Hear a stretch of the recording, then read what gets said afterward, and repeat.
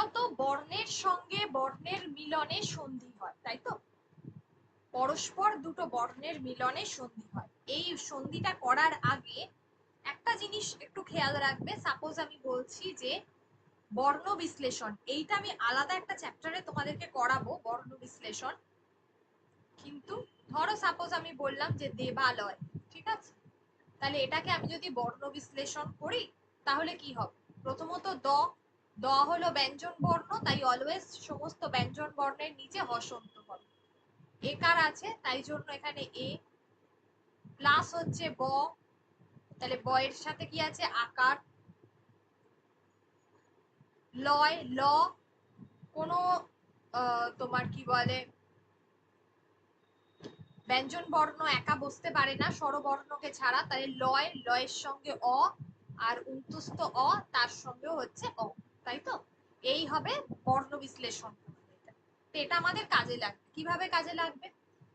যেমন সন্ধি আমরা করলাম সাপোজ, তাহলে সন্ধি হচ্ছে দুটো বর্ণের মিলন। কিভাবে বর্ণের মিলন গুলো হবে? ধরো আমি বলছি যে পূর্বাচল একটা শব্দ, তাহলে এটাকে যদি আমি ভাঙি কি হবে? পূর্ব যুক্ত হলো অচল, তাই তো?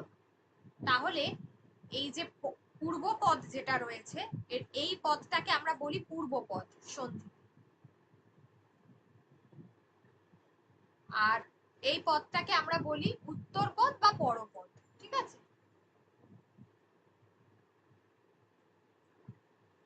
যা খুশি বলতে পারো, যে কোনো একটা। এই পূর্ব থেকে আমরা কি পেলাম? এই পূর্ব পদের শেষে দেখো অ এলো, আর পরপদের প্রথমেও দেখো অ এলো, কিন্তু যখন সন্ধিটা করলাম বেরিয়েছে কি? আকার। তাহলে নিয়ম অনুযায়ী অ প্লাস হচ্ছে অ ইকুয়াল টু হচ্ছে আ। তাহলে স্বরসন্ধির এটা একটা নিয়ম। তাহলে সন্ধি যেমন ঠিক দেবালয়, দেব থেকে দেখো অ, আর আলয় থেকে আ, তাহলে এসছে দেবালয়। তাহলে অ প্লাস আ, এখানে কি নিয়ম হয়েছে? অ প্লাস আ ইকুয়াল টু হচ্ছে আ।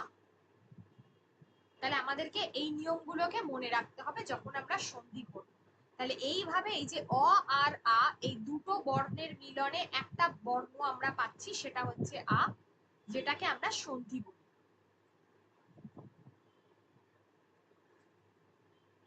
আচ্ছা, সংস্কৃত সন্ধি বাংলায় মূলত দুই ধরনের, একটা বাংলা সন্ধি হয়, একটা সংস্কৃত সন্ধি। আমরা এক এক করে স্টেপ বাই স্টেপ করব।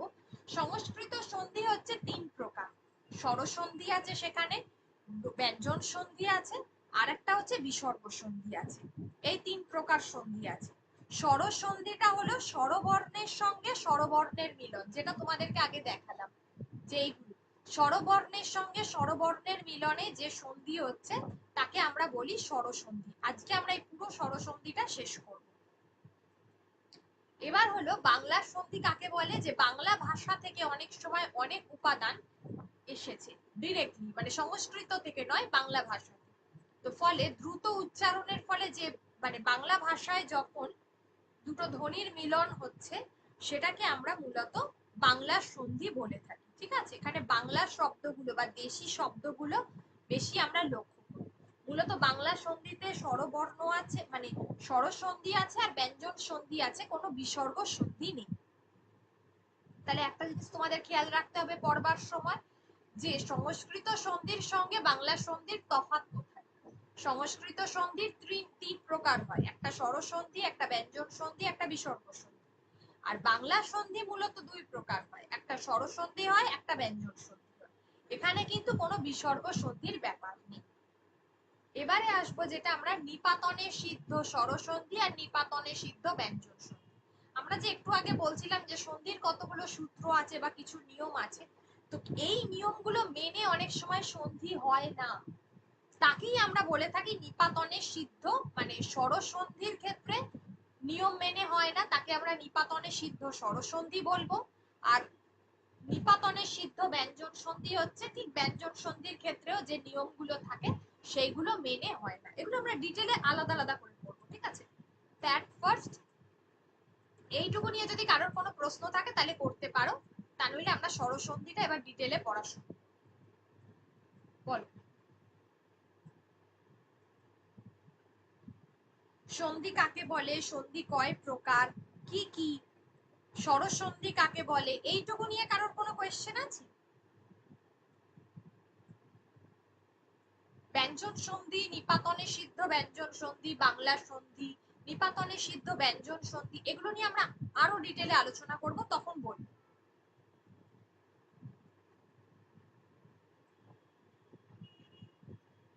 চলো দেখো, স্বরসন্ধির নিয়ম অনুযায়ী প্রথম যে নিয়মটা হয় সেটা হলো অ প্লাস অ ইকুয়াল টু আ। তাহলে অ প্লাস অ ইকুয়াল টু আ। যেমন দেখো, পুষ্পযুক্ত অঞ্জলি পুষ্পাঞ্জলি, চরণ যুক্ত অমৃত চরণামৃত, স্বযুক্ত অধীনতা স্বাধীনতা, উত্তরযুক্ত অধিকার উত্তরাধিকার। কিভাবে? এই দেখো, পুষ্পকে যদি আমরা বর্ণ বিশ্লেষণ করি তাহলে লাস্টে একটা অ পাবো না? প হস্য, যখনই যুক্তাক্ষর থাকবে পরপর দুটো যুক্ত বর্ণ বসে যাবে, তারপরে স্বরবর্ণটা বসবে, তাহলে লাস্টে আমরা অ পেলাম।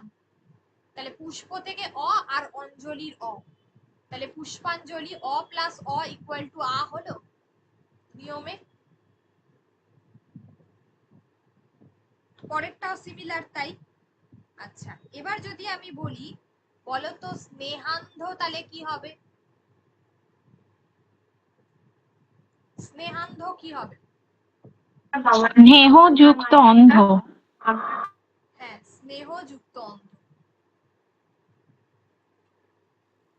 আচ্ছা, তারপর যদি বলি পলান্ন, কি হবে?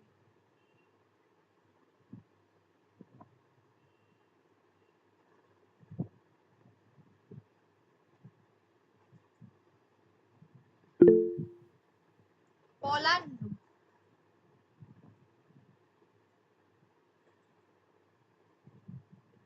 পল যুক্ত অন্ন, পল মিন্স হচ্ছে মাংস, তাই তো? মাংস মিশ্রিত অন্ন যেটাকে বলা। তাহলে এখান থেকে আমরা অ পেলাম, এখান থেকে অ পেলাম, তাহলে দুটো অ মিলিয়ে আ হলো। তাহলে এই হলো প্রথম নিয়মটা, অ প্লাস অ ইকুয়াল টু আ। তাহলে আমরা এখন অ আর নিয়ে পড়ছি। এরপরে আমরা পড়ছি যে দ্বিতীয় নিয়মটা হলো অ প্লাস আ, অ প্লাস আ ইকুয়াল টু হচ্ছে আ। এই নিয়মটা নিয়ে পড়বো। ওকে, এখানে আমরা কি পড়বো? ধরো যেমন এখানেই রয়েছে স্নেহযুক্ত আশিস, স্নেহ থেকে অ পেয়েছি, আশিসের আ পেয়েছি, সেখান থেকে স্নেহাশিস। মাত্রা যুক্ত আধিক্য মাত্রাধিক্য, শোক যুক্ত আবেগ শোকাবেগ। দেখো সব অ আর আ, কিন্তু এইটা আলাদা, মাত্রাধিক্যটা আলাদা। এই নিয়মটা কিন্তু আকার প্লাস আকার ইকুয়াল টু আকার, এটা আলাদা। তাহলে অ প্লাস আতে আর কি হতে পারে? দেবালয় হতে পারে, যেটা প্রথমেই করিয়ে দিয়েছিলাম, দেব যুক্ত আলয়।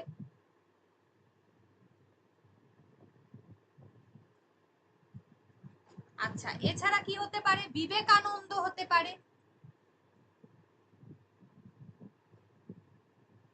বিবেকানন্দ, বিবেক যুক্ত আনন্দ।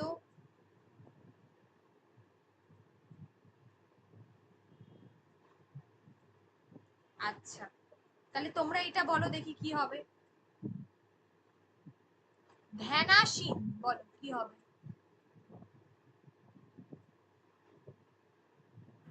ধ্যানযুক্ত আসীন। ধ্যানযুক্ত আসীন। তাহলে অ প্লাস আ ইকুয়াল টু হচ্ছে আ। শোকাবেগ, যেগুলো পরীক্ষায় আসে। আচ্ছা, আর একটা হচ্ছে স্নেহাস্পদ,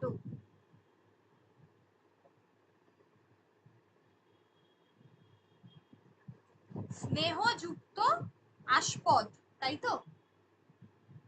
এটা হবে স্নেহ যোগ আস্পদ, এটা হবে স্নেহাস্পদ। তাহলে এই নিয়মটা হলো অ প্লাস আ ইকুয়াল টু হচ্ছে আ। দেখো স্নেহ থেকে অ এসছে, লাস্টে হ, অ,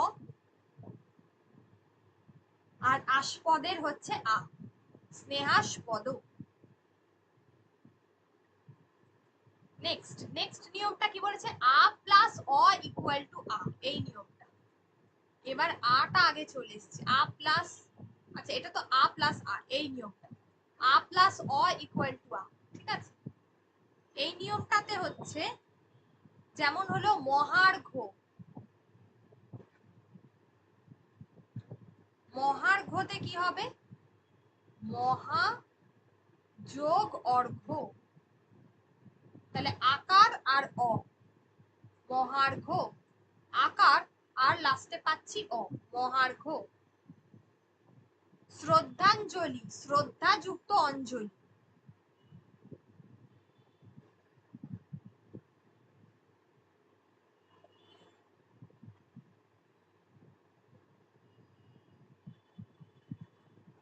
শ্রদ্ধা যুক্ত অঞ্জলি, শ্রদ্ধাঞ্জলি।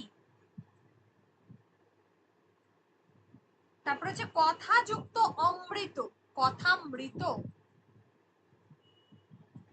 দেখো সবগুলোতে আকার আগে আছে, তারপর অ, তাহলে আ প্লাস অ ইকুয়াল টু আ।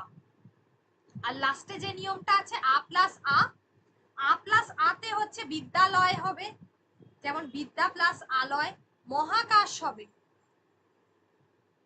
মহাযুক্ত আকাশ, মহাকাশ।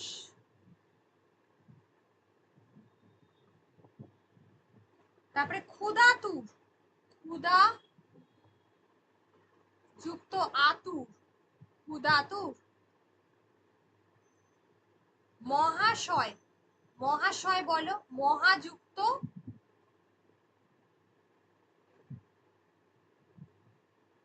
আশয়,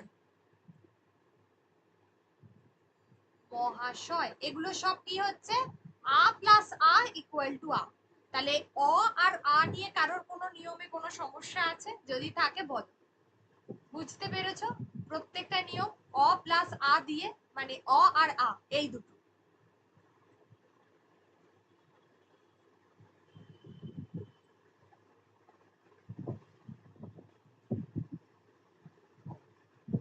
আচ্ছা এটা গেল অ আর আ এর নিয়ম। এবার আমরা আসবো হ্রস্বই আর দীর্ঘই। পরীক্ষায় হ্রস্বই দীর্ঘই এই নিয়মটা বেশি আসে, আর হচ্ছে হ্রস্ব দীর্ঘ দিয়েও আসে, অ আটা দিয়ে সাধারণত কম আসে। আর অ আর আ প্লাস হ্রস্বই যেটা আসে, এ যেটা আসে, ওই নিয়মটা বেশি আসে, ঠিক আছে। যাই হোক এক এক করে আমরা করব। তাহলে এটা হলো হ্রস্বই আর দীর্ঘই। আমরা আগেরটাও ঠিক যেমন করেছিলাম যে অ প্লাস অ ইকুয়াল টু আ, এটাও ঠিক তাই। হ্রস্বই প্লাস হ্রস্বই হচ্ছে দীর্ঘই, হ্রস্বই প্লাস দীর্ঘই হচ্ছে দীর্ঘই, দীর্ঘই প্লাস দীর্ঘই হলো দীর্ঘই, আর দীর্ঘই প্লাস হ্রস্বই হচ্ছে দীর্ঘই। সবগুলোতেই দীর্ঘই আসবে, ঠিক আছে। তাহলে কিভাবে, তাহলে আমরা প্রথমটায় যাব। প্রথম নিয়মটা বলেছে হ্রস্বই প্লাস হ্রস্বই ইকুয়াল টু দীর্ঘই, এই নিয়মটা।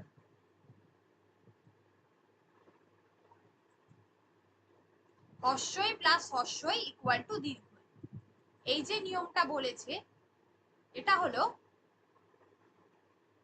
কি হবে না, প্রথমটা দেখো মুনীন্দ্র এখানে দেওয়া আছে সেম, তাহলে মুনি যোগ ইন্দ্র, মুনি ইন্দ্র, এই যে হ্রস্বই আর দীর্ঘই স্পেলিং অনুযায়ী এটা হয়ে থাকে, ভুল করলে কিন্তু নম্বর কেটে যাবে। মুনীন্দ্র দীর্ঘই।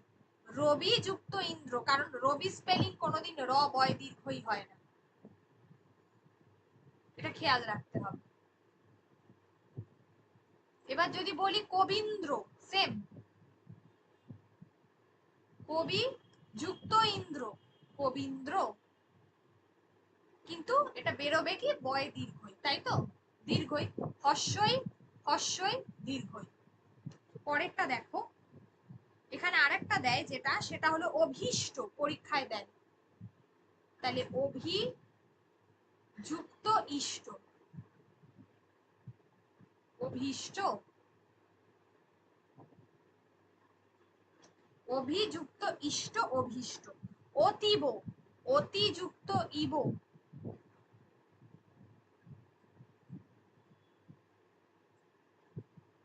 আরেকটা হয় অতীত, একই নিয়ম হবে। অতীব, অতীত এগুলো একই নিয়ম হবে যেটা দেওয়া আছে, সেগুলো সব হর্ষই হর্ষই দীর্ঘই। পরের নিয়মটা বলছে হর্ষই প্লাস দীর্ঘই, হ্রস্বই প্লাস দীর্ঘই হচ্ছে দীর্ঘই।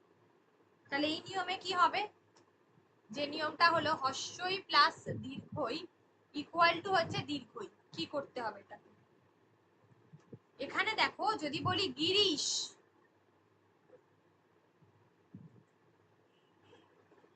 গিরি যুক্ত হলো ইস, গিরি যুক্ত হলো ইস। পরীক্ষা, এটা পরীক্ষায় তো ভীষণ দেয়, পরিযুক্ত ইক্ষা, পর রয় হর্ষই পরি, এখানে কিন্তু রয় দীর্ঘই হবে না, আর ইক্ষা তখন কিন্তু দীর্ঘই হবে। আচ্ছা, এক্ষেত্রে যেটা আছে সেটা হচ্ছে যে ইস, এই যে ইসটা দেখছো,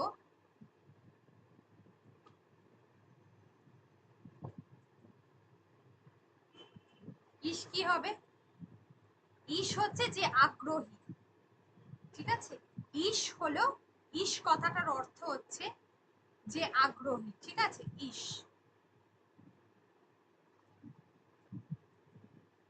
এই জায়গা থেকে কনসেপ্টটা এসেছে ইস। আচ্ছা, গিরিশ হলো, এরপর পরীক্ষা হলো, আচ্ছা তারপরে যে কবিশ, সরি ক বয় দীর্ঘই হবে, স্পেলিংটা ক বয় দীর্ঘই হবে, ঠিক আছে, কবি যুক্ত হলো ইস, কবিশ। আচ্ছা, তারপরে দেখো যেমন হলো পরীক্ষক, পরি যোগ হচ্ছে ইক্ষক, এইগুলো হচ্ছে হর্ষই প্লাস দীর্ঘই, দেখো সবগুলোতে হর্ষই দীর্ঘই দীর্ঘই এসছে লাস্টে। এর পরের নিয়ম হচ্ছে দীর্ঘই প্লাস দীর্ঘই, আচ্ছা দীর্ঘই প্লাস দীর্ঘই, এটা হলো দীর্ঘই, ওকে, এই নিয়মটা দীর্ঘই প্লাস দীর্ঘই, দীর্ঘই প্লাস দীর্ঘই কি হবে, যেমন ধরো আমি বললাম পৃথ্বীশ, পৃথ্বীশ, বা দেখো শ্রীশ, এই যে দীর্ঘই শ্রী, আর এখানে ইস, দেখো দুটোই দীর্ঘই, শ্রীশ হয়েছে। আরেকটা নিয়ম যেমন বলছি দেখো, ওই যে বললাম পৃথ্বীশ, যেটা হচ্ছে পয়েরি থয়ে বয়ে দীর্ঘই তালবস্য, পৃথ্বীশ, এটা হচ্ছে পৃথ্বী যোগ হলো ইস, পৃথ্বীশ। তারপরে হচ্ছে মহিষ্যর, মহি যুক্ত ঈশ্বর,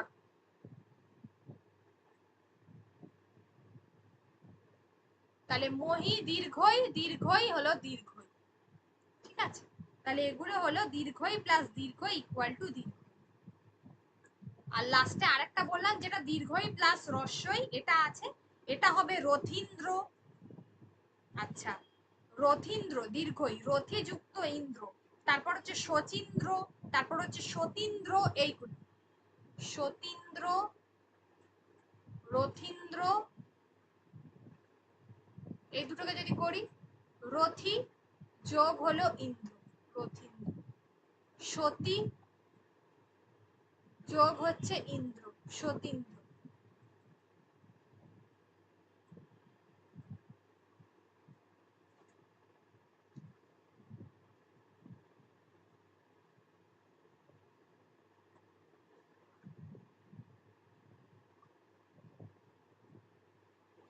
তাহলে সতী যোগ হলো ইন্দ্র, রথি যোগ হচ্ছে ইন্দ্র।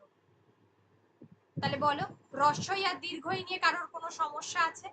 হর্ষ আর দীর্ঘতে যাব,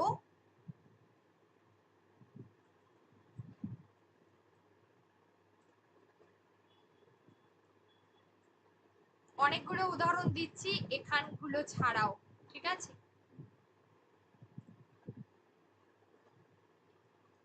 আজকের এই পেজটা ক্লাস ওয়ার্কটা দিয়ে দেবো। বলো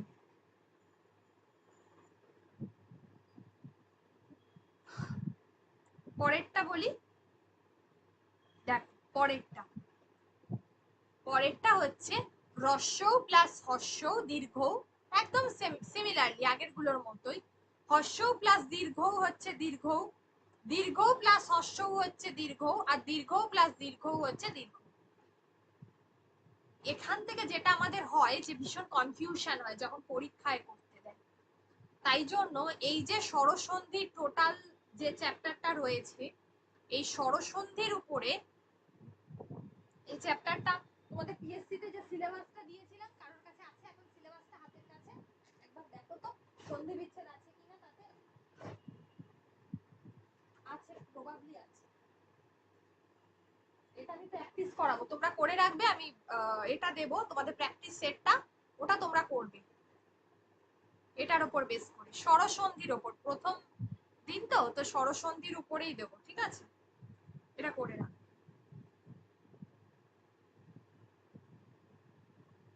চলো দেখো, কটুক্তি। প্রথমটা হলো হস্য প্লাস হস্য ইকুয়াল টু দীর্ঘ, কটুক্তি। কটু যুক্ত উক্তি, এই নিয়মটা দেখো, হস্যও আছে এখানে, এটাও হস্য কিন্তু দীর্ঘ হয়েছে, এই দেখো কটুক্তি। মরু হস্য উদ্যান, দেখো মরুদ্যান, সেম নিয়ম এই দুটো। হস্য প্লাস হস্য ইকুয়াল টু হচ্ছে দীর্ঘ। যেমন দেখো ভূর্ধ্ব, ভূ যুক্ত ঊর্ধ্ব। আচ্ছা এবার দেখো এর পরের নিয়মটা আমি বলছি, হস্য প্লাস দীর্ঘ বলছি। এই নিয়মটাতে কি কি হবে? যেমন ধরো আমি বললাম লঘুর্মি, লঘু যোগ হচ্ছে উর্মি, দেখো এখানে দীর্ঘও আছে, উর্মিতে দীর্ঘ, লঘু যুক্ত উর্মি, তাহলে এটা হলো লঘুর্মি। এই যে ঘয়ে কিন্তু দীর্ঘও হয়েছে, মানে হস্য প্লাস দীর্ঘ ইকুয়াল টু দীর্ঘও হয়, এই নিয়মটা লঘুর্মি। আচ্ছা আরেকটা যেমন বলছি, তোমরা বলো এটা কি হবে, সেটা হলো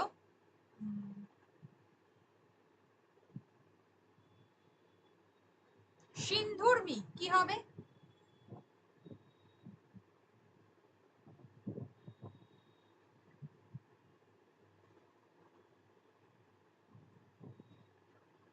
সিন্ধু যুক্ত উর্মি, তাই তো?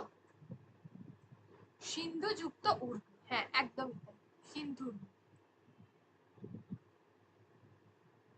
বিএসসি সিলেবাসে সন্ধি আছে তো একদম, তাহলে তো একসাথেই হয়ে যাবে, কোনো অসুবিধা নেই, প্র্যাকটিসটা করে নিতে হবে। আচ্ছা এখানে এইটা হলো তনুর্ধ্বটাও সেম, তনুর্ধ্ব,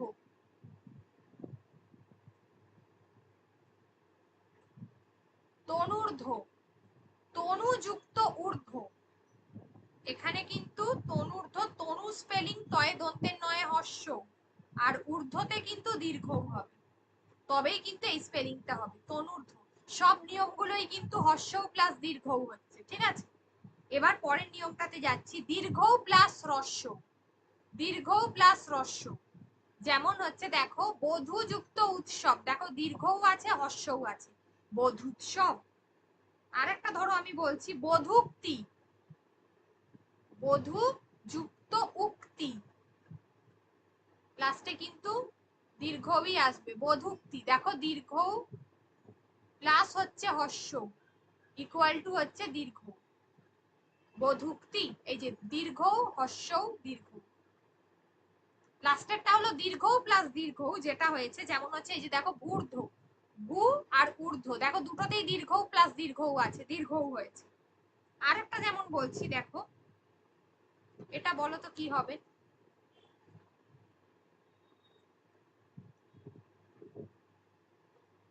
কি হবে এটা? স্বরজুর্মি কি হবে? সরজু যুক্ত উর্মি। স্বরজু যুক্ত উর্মি, কিন্তু দুটোতেই দীর্ঘ হবে, স্বরজু যুক্ত উর্মি দুটোতেই দীর্ঘ হবে, দীর্ঘ প্লাস হচ্ছে দীর্ঘ, তবে এটা কিন্তু স্বরজুর্মি। ওকে, তাহলে এই নিয়মগুলো হলো, তাহলে হস্য আর দীর্ঘ এর নিয়মগুলো হলো এইটা। এবার নেক্সট নিয়ম হচ্ছে আমরা অ আ হস্যই দীর্ঘই হস্যও দীর্ঘ পড়লাম।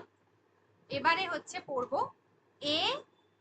এ দিয়ে কি কি নিয়ম হতে পারে? শুধুমাত্র এ। দেখো, অ হস্যই এ হয়, আ হস্যই এ হয়, আবার অ দীর্ঘই এ হবে, আবার আ দীর্ঘইও এ হবে। এতগুলো নিয়ম আছে।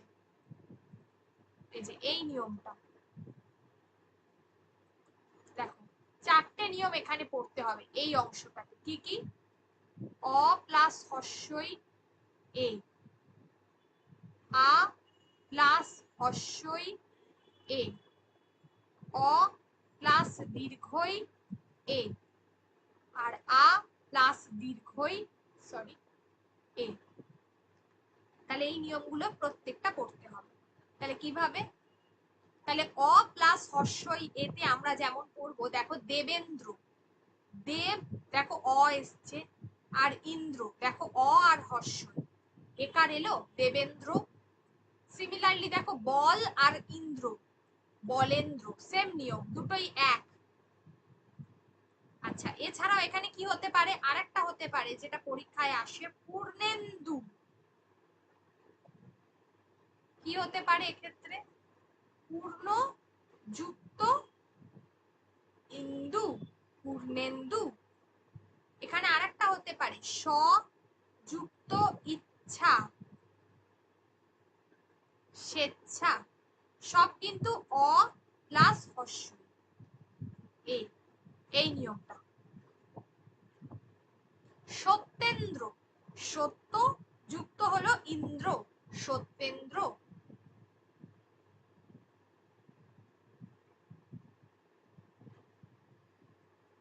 এক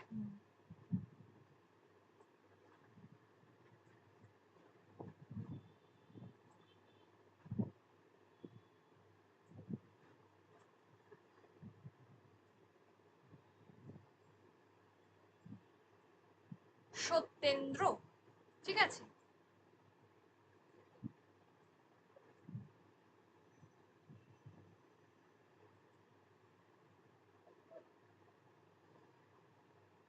আচ্ছা, এবার দেখো এখানে সেকেন্ড নিয়ম যেটা আছে, আ প্লাস হস্যই। অ প্লাস হস্যই তো হয়েছে, এবার আ প্লাস হস্যই আমরা করব। আ প্লাস হস্যইতে কি করতে পারি? আ দেখো, আ দিয়ে হলো এই নিয়মটা, আ প্লাস হস্যই। এখানে আমরা করতে পারি যথেষ্ট, যথাযুক্ত ইষ্ট, যথেষ্ট। আর কি করতে পারি? মহেন্দ্র, মহাযোগীন্দ্র, আকার প্লাস রস্যই এ, মহেন্দ্র। যথেচ্ছা, যথাযুক্ত ইচ্ছা, রসনাযুক্ত ইন্দ্রিয়, রসনাযুক্ত ইন্দ্রিয়। কি হবে? রসনেন্দ্রিয়।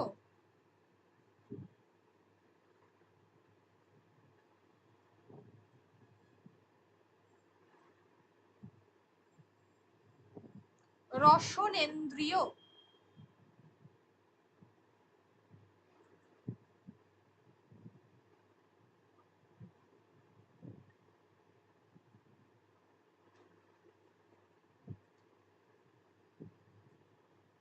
হলো। তাহলে আ প্লাস হস্যইটা পড়লাম। এবার অ প্লাস দীর্ঘই পড়ি। অ প্লাস দীর্ঘইতে যেমন দেবেশ, দেব যুক্ত ইস, দেবেশ। এগুলো খেয়াল রাখতে হবে কোথায় দীর্ঘই হচ্ছে আর কোথায়। যেমন গণেশ, গণযুক্ত ইস, গণেশ। এটা হলো দেবেশ। দেখো একার এসছে শেষে সব, গণেশ, এই যে একার, দেবেশে একার। তারপরে হচ্ছে পরমেশ্বর, পরম যুক্ত ঈশ্বর, পরম যুক্ত ঈশ্বর, পরমেশ্বর। আচ্ছা, এটা তো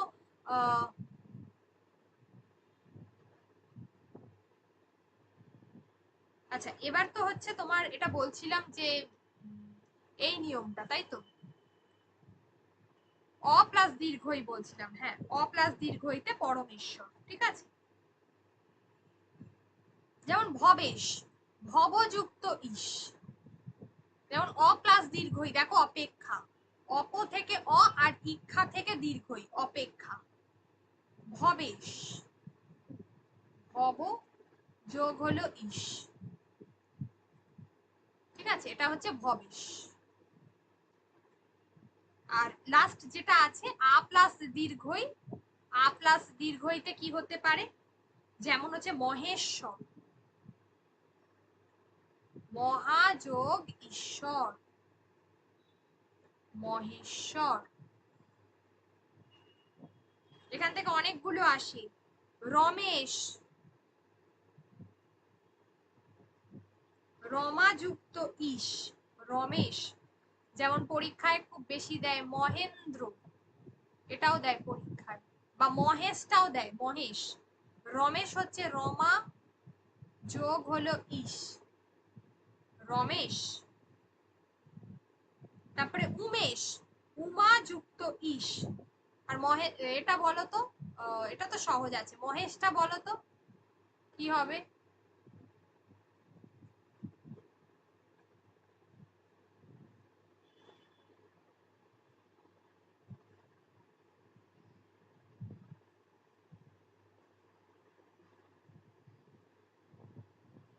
কি হবে মহেশ?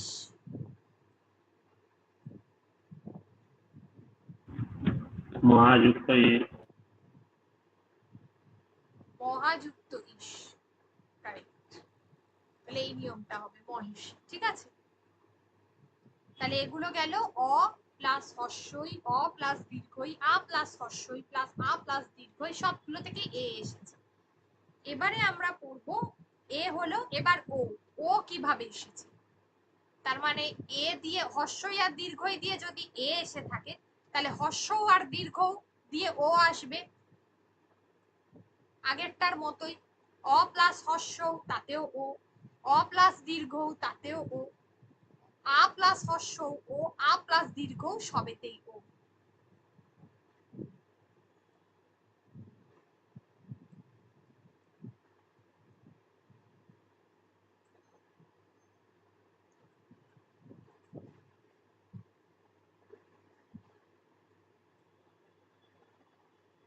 তাহলে কি হবে, অ প্লাস হর্ষ ও।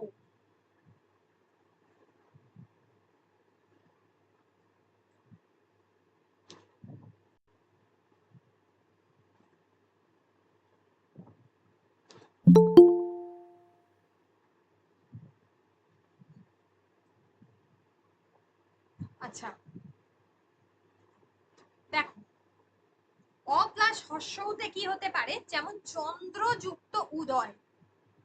দেখো একটা একটা করে বলছি, চন্দ্র যুক্ত উদয়, সেটা থেকে হচ্ছে চন্দ্রোদয়।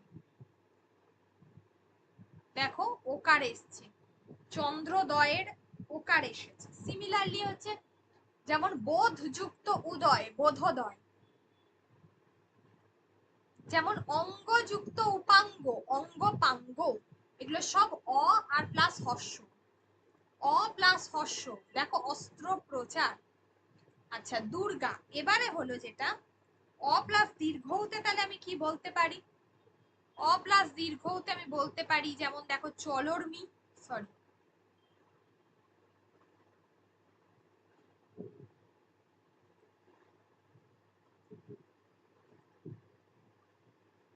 চলর্মি। তাহলে এখানে কি হবে, চল যুক্ত উর্মি, এটা হলো অ প্লাস দীর্ঘ, দেখো উর্মি, চলর্মি। তারপরে আরেকটা পরীক্ষায় ভীষণ আসে, যেটা হলো নবরা। এটা পরীক্ষায় ভীষণ আসে, নবরা। এটা কি হবে, নব, অ হলো উড়হা, দীর্ঘও হবে নবরাতে, তাহলে এটা হবে নবরা। তাহলে এগুলো হলো সব অ প্লাস হচ্ছে দীর্ঘ। এবার আ প্লাস হর্ষ কি হবে, যেমন দুর্গা যুক্ত উৎসব, দেখো সব ওকার এসছে, দুর্গোৎসব। আর একটা যেমন বলছি, যথোচিত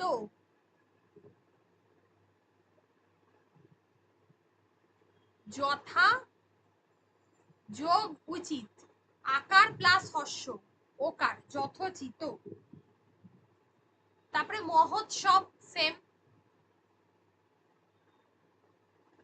মহাযুক্ত উৎসব, মহোৎসব সেম একদম।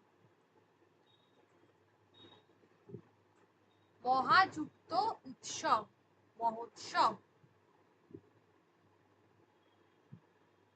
আর আ প্লাস দীর্ঘ কি হবে? আ প্লাস দীর্ঘটা কি হবে? আ প্লাস দীর্ঘতে হবে গঙ্গর্মী,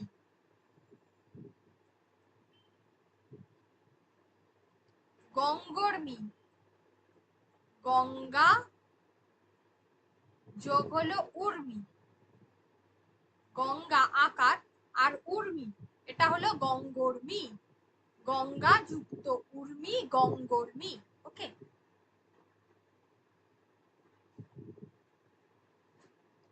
আচ্ছা এই অবধি তাহলে কোনো অসুবিধা আছে? পরের নিয়মটাতে যাই।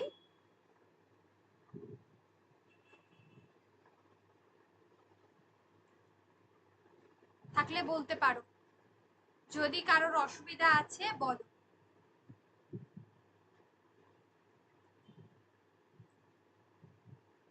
সঙ্গীতা বোঝা যাচ্ছে পড়া?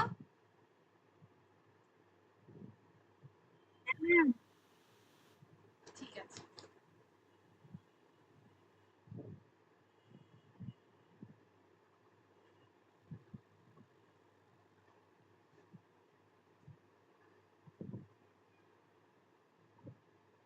আচ্ছা, এর পরেরটা হলো দেখো, অ এর সঙ্গে রি থাকলে অর হবে, আবার আয়ের সঙ্গেও রি থাকলে অর হবে। তাহলে অ এর সঙ্গে রি থাকলে অর হবে, যেমন দেবর্ষি, দেখো দেব যুক্ত ঋষি, অ আছে রি আছে, দেখো দেবর কি করে হয়েছে, এই যে দেবর্ষি। এটাকে যদি আমি ভাঙি তাহলে এইভাবে পাবো তো, বর্ষি। তাহলে এই যে বর মানে অর, এইখান থেকে অরটা এসছে। তাহলে দেব, এখান থেকে অ পেলাম আর এখান থেকে রি পেলাম, দিলে এখানে অর হচ্ছে।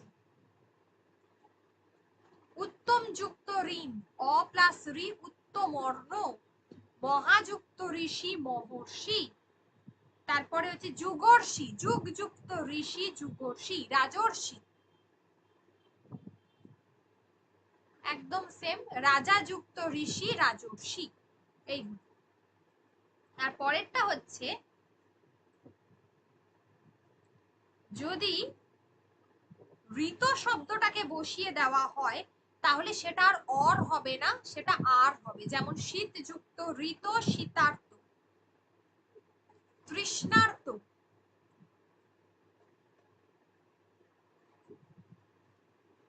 তৃষ্ণা আয়ের পর এটা ঋত, মানে ঋ না বসিয়ে যদি ঋত বসাই তাহলে কি হবে? তাহলে তৃষ্ণার্ত, তাহলে আর হয়ে যাচ্ছে। দেখো এই যে শীতার্ত তার আর, তাহলে এখানেও ঠিক তাই, তৃষ্ণার্ত আকার আসছে। ক্ষুধার্ত, ক্ষুধাযুক্ত ঋতু। আর একটা আসে আর্ত, আর্তটা কি হবে?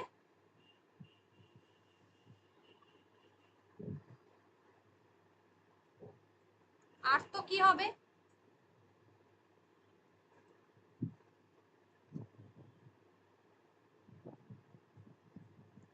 আ যুক্ত ঋতু, আর্ত।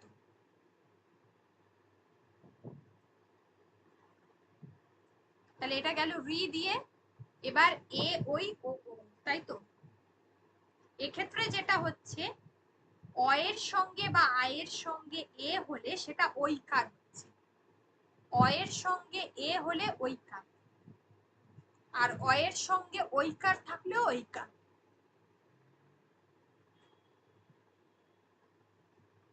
বা আয়ের সঙ্গে একার থাকলেও ঐকার, বা আয়ের সঙ্গে ঐকার থাকলেও ঐকার। যেমন প্রথমটা যেমন বলছি জনৈক, দেখো জন যুক্ত এক, তাহলে অ আর এ, এই নিয়মটাতে অ আর এ। এখানে আরেকটা বলবো, ধরো সর্বৈব, সর্বযুক্ত এব, ব অ আর এ, দেখো সর্বৈব সব ঐকার এসছে। এখান থেকে আরেকটা পরীক্ষায় ভীষণ দেয় সেটা হলো হিতৈষী। হিত যুক্ত এসি, হিতৈষী, তাহলে অ আর এ ঐকার হলো হিতৈষী, এটা পরীক্ষায় দেয়। আর একটা দেয় যেটা হিতৈ সোনা,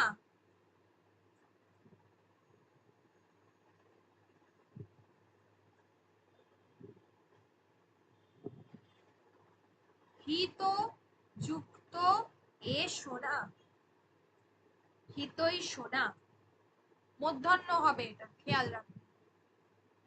হিতৈ সোনা স্পেলিং মূর্ধন্য হবে। এটা গেল অ প্লাস এ। এবারে হচ্ছে অ প্লাস ওই। অ প্লাস ওইতে যেমন দেখো মতৈক, যদি আমি বলি মতৈক, মত যুক্ত ঐক্য, মতৈক। সেম হচ্ছে রাজৈশ্বর্য, রাজযুক্ত ঐশ্বর্য, রাজৈশ্বর্য। তারপরে পরের নিয়মটা হচ্ছে যে আ প্লাস এ, আ প্লাস এও ওই হবে, সেখানে কি হবে তথই বচ, তথা যুক্ত এ বচ,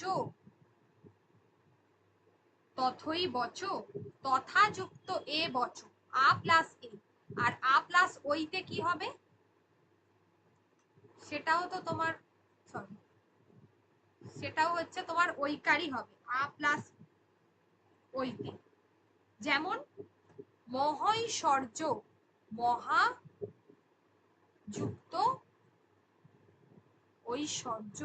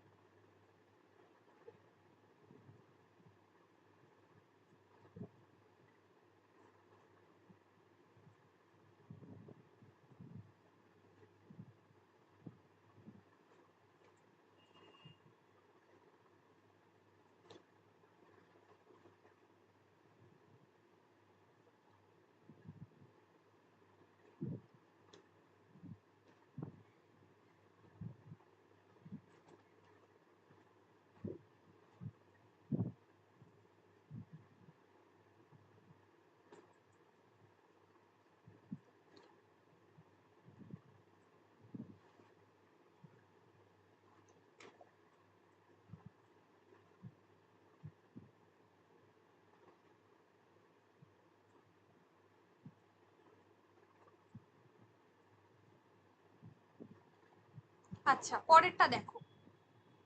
পরেরটা নিয়ম হলো অ প্লাস ও ও। আমরা এবার ওই পড়লাম, এ হয়েছে, ওই হয়েছে, সবগুলোতেই ওই এসেছে। অ প্লাস এ, তারপরে এগুলোতে, তারপরে হচ্ছে আ প্লাস ওই, তারপরে অ প্লাস ওই, এগুলোতে সবগুলোই ওই এসেছে। এবার আমরা ঔকার পড়বো, অ প্লাস ও। অ প্লাস ওতে আছে বনৌষধি, যেমন দেখো বনযুক্ত ঔষধি, বনৌষধি। আর একটা পরীক্ষায় আসে, সেটা হচ্ছে জলৌকা, জলৌকা, জল যুক্ত হলো ওকা, জলৌকা, জল যুক্ত ওকা, জলৌকা। আরেকটা আসে পরীক্ষায়, সেটা হচ্ছে বিম্বৌষ্ঠ, বিম্ব, এখান থেকে অ আর ওষ্ঠ, বিম্বষ্ঠ, এই যে এই নিয়মটা গেল। আর হচ্ছে আ প্লাস ও, এটা পরীক্ষায় খুব আসে, যেমন হচ্ছে আ প্লাস ওতে মহোদন বা মহৌষধি, মহাযুক্ত ঔষধি, মহৌষধি। এটা কিন্তু মহাযুক্ত ঔষধি হবে না, হ্যাঁ, মহাযুক্ত হলো ঔষধি, এই নিয়মটা হবে। এটা কিন্তু আকার প্লাস ওকার, আকার প্লাস ওকার ও, সেটা মহৌষধি। আর মহৌষধ যদি হয়, যেমন দেখো অমৃত যুক্ত ঔষধ, অ প্লাস ও। আর মহৌষধ যদি হয়, তাহলে সেটা হবে মহাযুক্ত ঔষধ, মহৌষধ। যদি হর্ষই না থাকে, তাহলে মহাযুক্ত ঔষধ, ওষধি হলে কথাটা ও হয়, আর ঔষধি মানে ঔষধ যদি হয় তাহলে মানে যদি লাস্টে আকার নাম হর্ষই না থাকে তাহলে সেটা ঔষধ হবে। ঠিক আছে,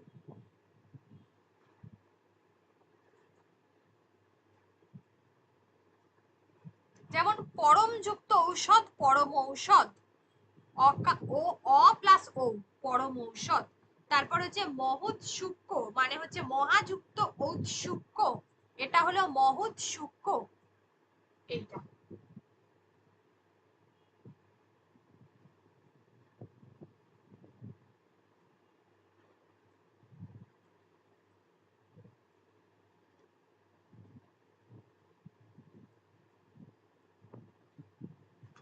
নেক্সট নিয়মটা দেখো, এই অবধি কারোর কোনো অসুবিধা থাকলে বলো।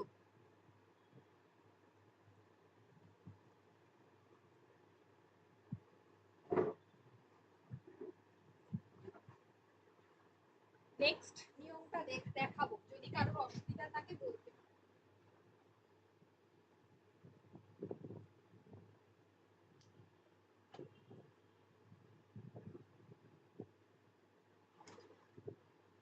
দেখো পরে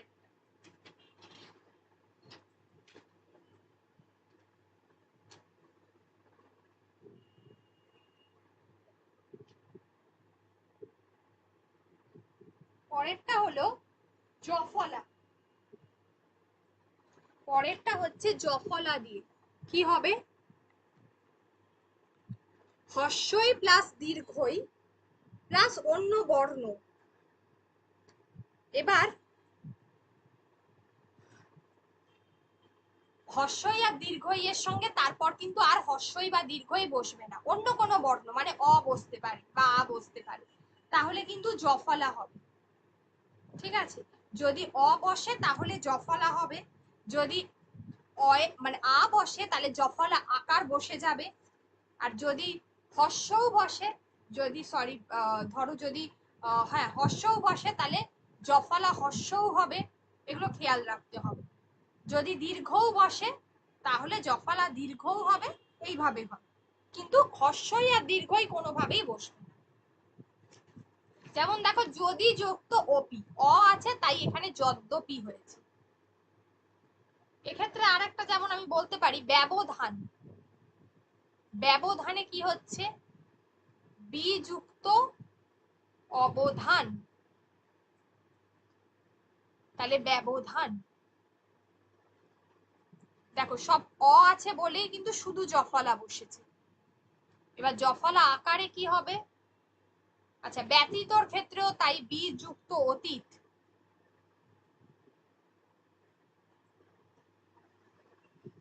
ব্যতীত।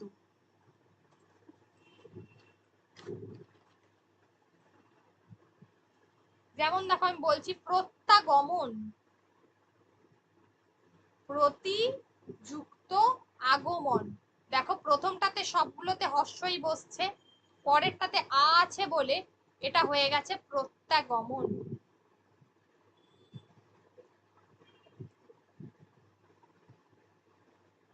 হলো, যেমন প্রত্যুত্তর, প্রতি যোগ হচ্ছে উত্তর, প্রত্যুত্তর হলো, হর্ষৌ তয় তয় র প্রত্যুত্তর, এইভাবে। আচ্ছা এবারে যেমন দেখো এটা তো গেল জফলা দিয়ে, এবার হচ্ছে ব। যেমন দেখো অন্যয়, অনুযুক্ত অয়, অন্যয়, এই যে ব আসছে ব ফলা যেটাকে আমরা বলি মন্বন্তর, এটা কিভাবে আসছে, হর্ষৌ এর পরে হর্ষৌ দীর্ঘ বা তারপরে অন্য কোনো বর্ণ, কিন্তু আর ফার্দার হর্ষৌ বা দীর্ঘ বসবে না আগেরটার মতো, তাহলে এক্ষেত্রে ওই অ আ এগুলোই বসবে। যেমন অন্যয় হয়েছে, যেমন ধরো আরেকটা বলতে পারি স্বাগত, দেখো ব ফলা আছে, সু যুক্ত আগত, তাহলে হলো স্বাগত। দেখো পরেরটা আকার বসেছে আর কিন্তু হর্ষও বসেনি, তবেই কিন্তু এখানে বফলা এসেছে। যেমন পবিত্র, উ যুক্ত হলো ইত্র, পবিত্র।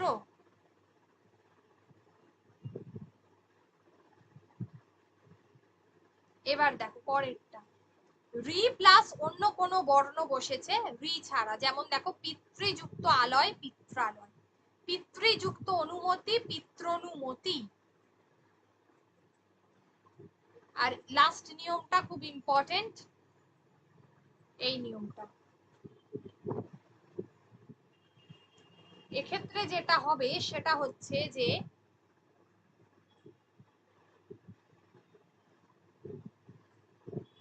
স্বরবর্ণ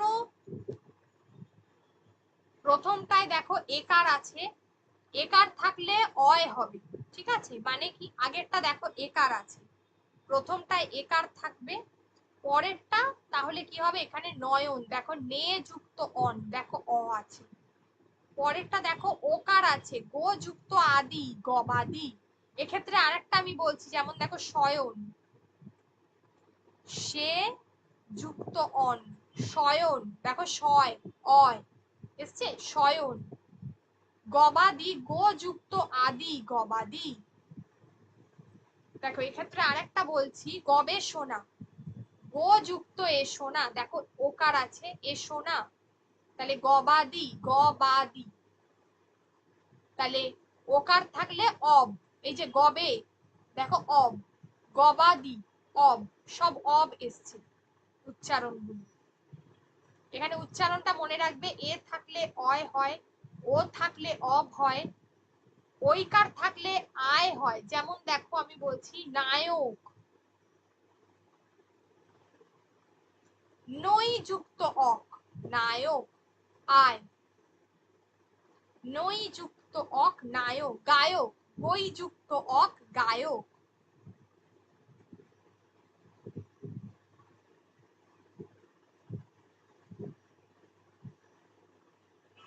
দেখো সব আয় হচ্ছে ঐকার থাকলে, আর ঔকার থাকলে, ঔকার থাকলে আব হবে, যেমন দেখো নাবিক, সরি, নৌ যুক্ত ইক নাবিক।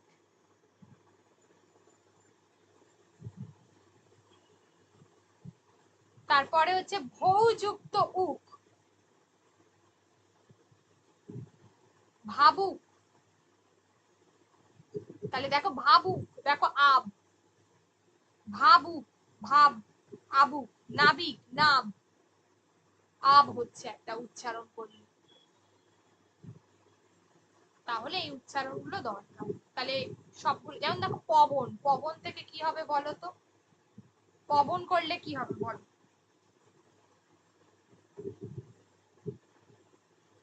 পব, অব হচ্ছে, তাহলে কি হবে প্রথমটা,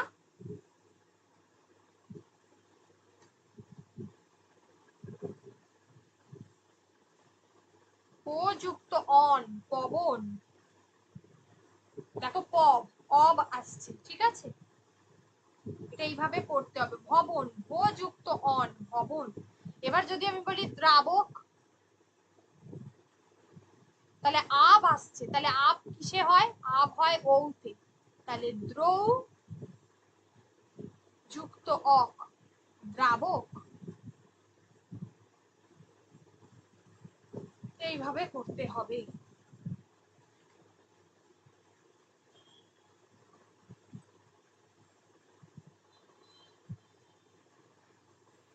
ম্যাম, হ্যাঁ বল। বলছি দ্রাবকে অক হবে না আক হবে? দ্রাবকে অক হবে, অক, হুম, অক হবে। তাহলে ম্যাম আকারটা কোথা থেকে এলো? দ্রাবকে হচ্ছে তোমার অক হবে, কারণ আকার হচ্ছে ওই যে দ্রাবক, দ্রৌ আছে না, ঔকার,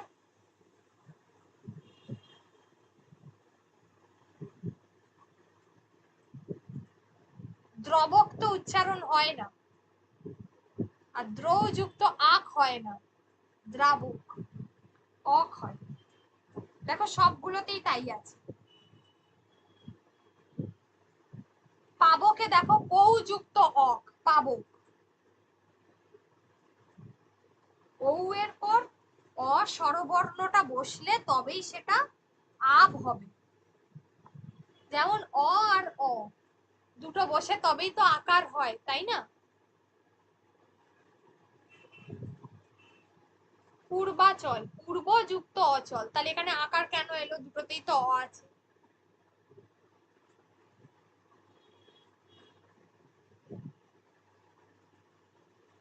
সেম নিয়ম, বোঝা গেল এবার? হ্যাঁ ম্যাম, ঠিক আছে।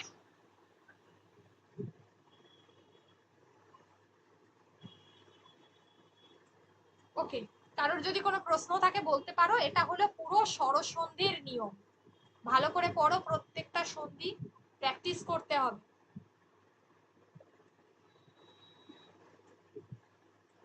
এমসিকিউ না থাকলে হবে না। ভালো করে পড়ে রাখবে, নেক্সট দিনই প্র্যাকটিস হবে।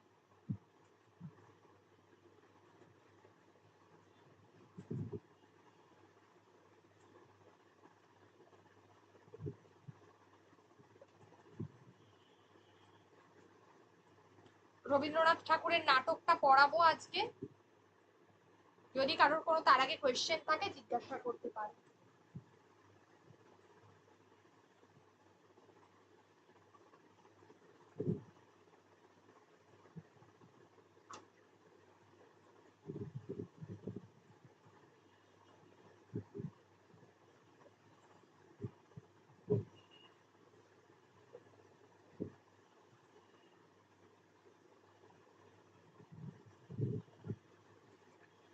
চলো, প্রশ্ন নেই তো? সন্ধি রিলেটেড কারোর কোনো প্রশ্ন নেই তো? হ্যাঁ, প্র্যাকটিস সেটটা দেব।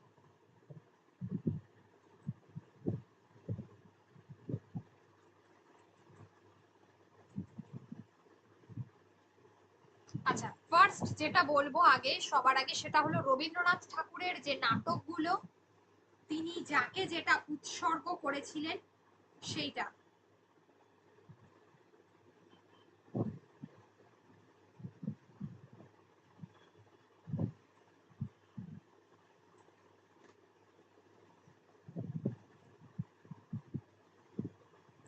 রবীন্দ্রনাথ ঠাকুরের যে নাটকগুলো, যেটা তিনি যাকে উৎসর্গ করেছিলেন সেটা পরীক্ষায় আসবে, ঠিক আছে?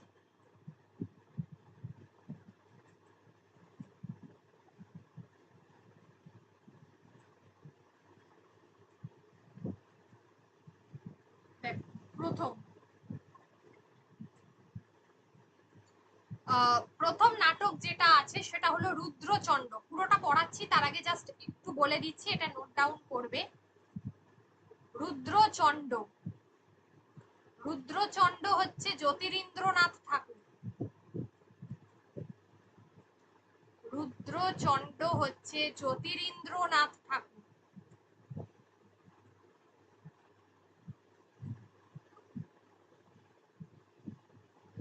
নেক্সট হচ্ছে প্রকৃতির প্রতিশোধ। প্রকৃতির প্রতিশোধ, যেটা মনে করা হয় যে কাদম্বরী দেবীকে তোমার কি বলে উৎসর্গ করা হয়েছিল। তার কারণ লেখা ছিল যে তোমাকে বলে, তো সেখান থেকে ধারণা করা যায় যেটা কাদম্বরী দেবীকেই কবি উৎসর্গ করেছিলেন।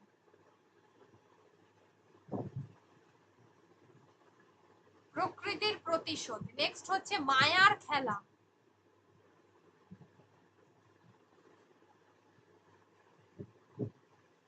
সরলা রায়, সরলা রায় এনাকে উৎসর্গ করেন। তারপর হচ্ছে কালের যাত্রা। কালের যাত্রা শরৎচন্দ্র চট্টোপাধ্যায়ের জন্মদিনে উৎসর্গ করেছিলেন।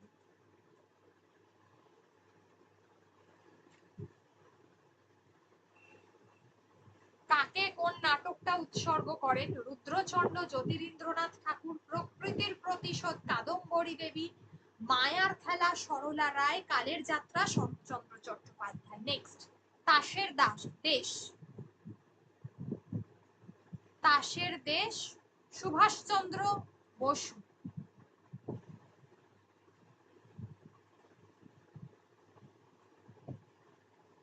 সুভাষচন্দ্র বসুকে।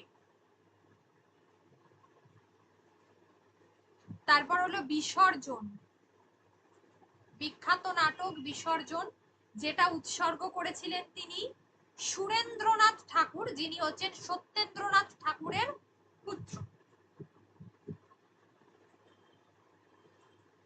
সুরেন্দ্রনাথ ঠাকুর, ব্র্যাকেটে লিখে রেখে দাও যে সত্যেন্দ্রনাথ ঠাকুরের পুত্র। নেক্সট ওয়ান হচ্ছে চিত্রাঙ্গদা। চিত্রাঙ্গদা তিনি উৎসর্গ করেন অবনীন্দ্রনাথ ঠাকুরকে। চিত্রাঙ্গদা,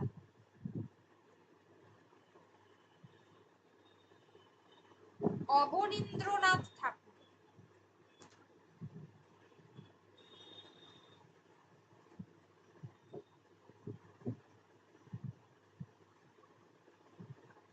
রাজা ও রানী,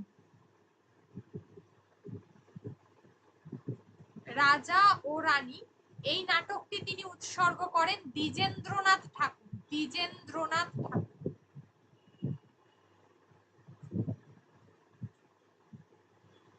দ্বিজেন্দ্রনাথ ঠাকুর হলো রবীন্দ্রনাথ ঠাকুরের দাদা।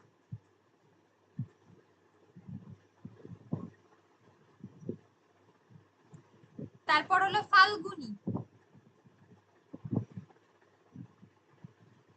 ফাল্গুনী তিনি উৎসর্গ করেছিলেন দীনেন্দ্রনাথ ঠাকুর। এই দীনেন্দ্রনাথ ঠাকুর হচ্ছে দ্বিজেন্দ্রনাথের কথা আমরা পড়লাম যে দাদা, তার হচ্ছে নাতি দীনেন্দ্রনাথ ঠাকুর। রবীন্দ্রনাথ ঠাকুরের দাদা ছিল দ্বিজেন্দ্রনাথ ঠাকুর, তার নাতি হচ্ছে দীনেন্দ্রনাথ ঠাকুর।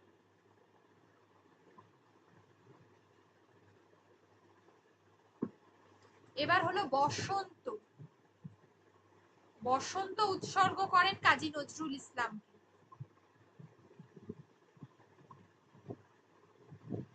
নজরুল ইসলামকে উৎসর্গ করেন। নেক্সট ওয়ান হচ্ছে গোড়ায় গলদ। গোড়ায় গলদ, ওনার প্রিয় বন্ধু ছিলেন প্রিয়নাথ সেন। প্রিয়নাথ সেন তাকে উৎসর্গ করেন। আর লাস্ট ওয়ান হচ্ছে অচলায়তন। অচলায়তন উৎসর্গ করেন ঐতিহাসিক যদুনাথ সরকার। ঐতিহাসিক যদুনাথ সরকার। এইটুকু নিয়ে কারোর যদি কোনো কোয়েশ্চেন থাকে বল। এটা এই তার যে লেখা নাটকগুলো তিনি কাকে কোনটা উৎসর্গ করেছিলেন, যদি কারোর এই নিয়ে কোনো কোয়েশ্চেন থাকে বলে ফেলো।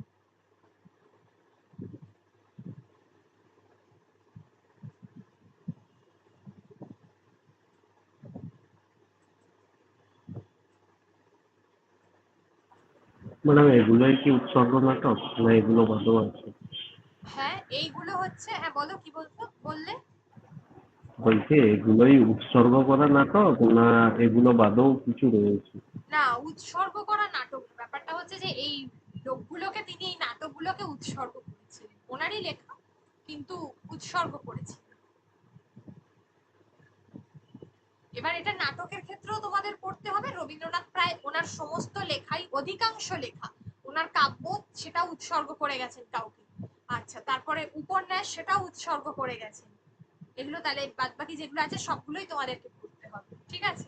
সেটা সেটা এক এক করে পড়াবো, যখন যেটা পড়াবো সেটা তখন বলে দেবো।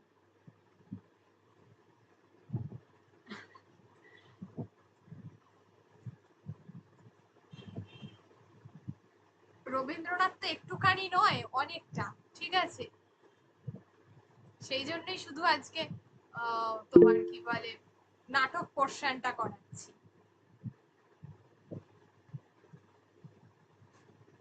চল,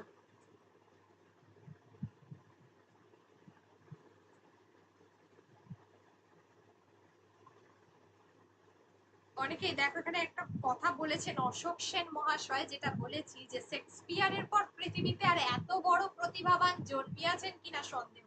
মানে সাহিত্যের সমস্ত ক্ষেত্রে উনি অবাধ বিচরণ করেছেন, প্রবন্ধ কিচ্ছু বাদ দেননি। কবিতা, প্রবন্ধ, কাব্যগ্রন্থ, নাটক, উপন্যাস, ছোট গল্প, ভালো ছবি আঁকতেন, গান গাইতেন, অ্যাঙ্কারিংও করতেন, এখনকার ভাষায় যেটাকে আমরা বলি ভালো বলতেও পারতেন, ঠিক আছে।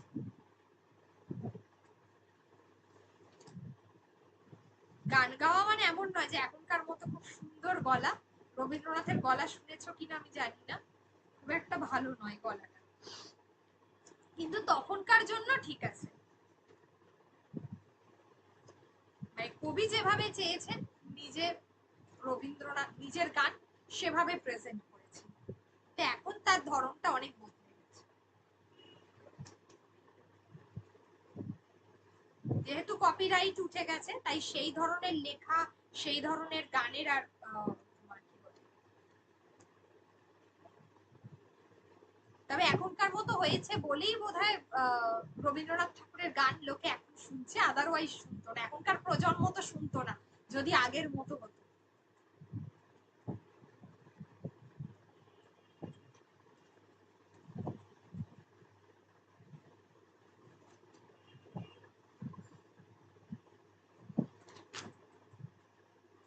আচ্ছা, ওনার নাটকগুলোকে আমরা দেখব যে কয়েকটা শ্রেণীতে বিভক্ত করা গেছে, কোনোটা গীতিনাট্য, কোনোটা আবার তোমার কি বলে কোনোটা হয়তো গীতিনাট্য, কোনোটা হচ্ছে তোমার তোমার কাব্যনাট্য, কোনোটা নাট্য কাব্য, কোনোটা ধরে নাও না নিয়মানুগ যে নাটক হয় সেই ধরনের, কোনোটা আবার যেটা ওনার সব থেকে বিখ্যাত মানে যে জায়গাটা মানে শ্রেণী বিভাগের মধ্যে সেটা হলো রূপক সাংকেতিক নাটক। লোকে অনেক ঐতিহাসিক নাটক লিখেছে, পৌরাণিক নাটক লিখেছে, কিন্তু রূপক সাংকেতিক নাটক খুব কম বাংলা সাহিত্যে হয়েছে। এবং এরকম শ্রেষ্ঠ ধরনের রূপক সাংকেতিক নাটক, অর্থাৎ তার উপরে এক ধরনের কথা বলা হয়েছে, তার একটা অন্তর্নিহিত অর্থ রয়েছে, সেটাই রূপক সাংকেতিক নাটক। এবং এই ধরনের সাহিত্য মানে নাট্য সাহিত্যে এই ধারায় তিনি সব থেকে বেশি জনপ্রিয় ছিলেন।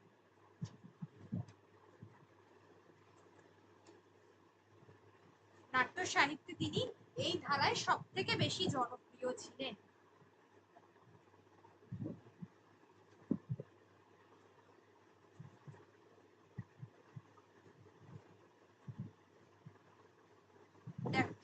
ফার্স্ট যেটা হলো সেটা হচ্ছে যে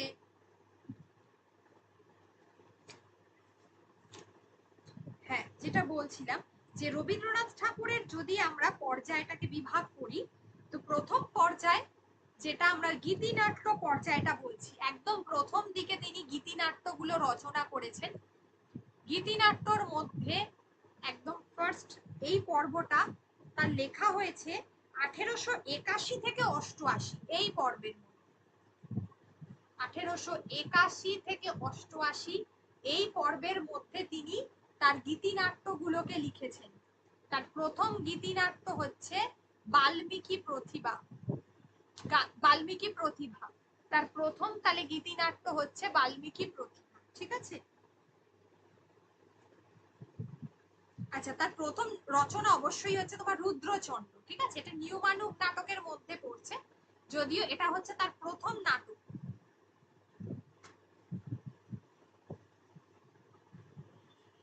রুদ্রচন্ড হচ্ছে ওনার প্রথম নাটক, একই সালে লেখা হয়েছে।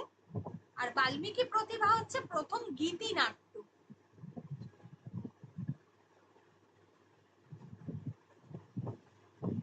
প্রথম গীতি নাট্য বললে তখন কিন্তু বাল্মীকি প্রতিভা। তারপর দেখো কাল মৃগয়া 82, মায়ার খেলা 82, প্রকৃতির প্রতিশোধ। আচ্ছা, এবার আসছি এই পর্বটাতে যেখানে আমরা দেখছি যে নিয়মানুগ নাটক, যার মধ্যে রুদ্রচন্ড প্রথম, প্রকৃতির প্রতিশোধ হচ্ছে 84। এই যে নিয়মানুগ যে নাটকটা এগুলো লেখা হচ্ছে, এই পর্বটাকে আমরা বলছি, এই পর্বটা হচ্ছে 1889 থেকে 96, 1889 থেকে 96 এই পর্বটা লেখা হচ্ছে 1889 থেকে 96।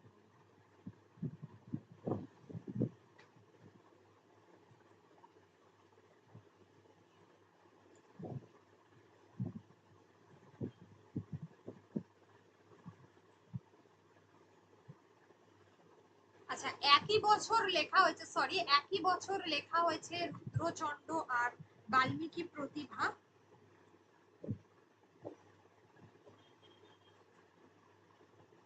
সেই অর্থে দেখতে গেলে বাল্মীকি প্রতিভা হচ্ছে ওনার প্রথম রচনা, ঠিক আছে। রুদ্রচন্ড হচ্ছে একই বছর লেখা হয়েছে কিন্তু পরের রচনা। এটা প্রথম হবে তোমার বাল্মীকি প্রতিভাই প্রথম হবে। ওকে, আচ্ছা তাহলে ভালো করে সাল পড়তে হবে। বাল্মীকি প্রতিভা সবগুলো তো আছে, অত সাল মুখস্থ রাখতে হবে না। কালমৃগয়া, মায়ার খেলা, প্রকৃতির প্রতিশোধ, রাজা ও রানী 1889, রাজা ও রানী, বিসর্জন 1890, ভিভিআই মনে রাখতেই হবে, চিত্রাঙ্গদা। এই অবধি সালগুলো কিন্তু মনে রাখতেই হবে, সবগুলো রাখলে খুবই ভালো হয়, না রাখলে তো কিছু করার নেই।